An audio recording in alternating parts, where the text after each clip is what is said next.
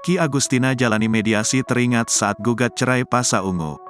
Oki Agustina menjalani sidang mediasi perceraian dengan Gunawan Dwi Cahyo. Menjelang sidang mediasi, Oki Agustina pun kembali teringat momen saat dirinya menggugat cerai suami pertama, Pasha Ungu. Di tanggal yang sama lagi tanggal 20 November saya memasukkan gugatan cerai pada suami pertama, ujar Oki Agustina. Di tanggal yang sama namun berbeda tahun, Oki Agustina kembali ke pengadilan agama. Namun kali ini untuk menjalani sidang cerai perdana dengan Gunawan Dwi Cahyo, suami keduanya. Pada tanggal 20 hari ini sidang pertama, katanya.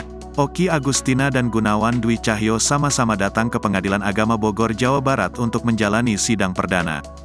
Meski ada di lokasi yang sama, namun tak terlihat adanya interaksi antara Oki Agustina dan Gunawan Dwi Cahyo. Dalam gugatannya, Oki meminta 3 hal dari Gunawan Dwi Cahyo.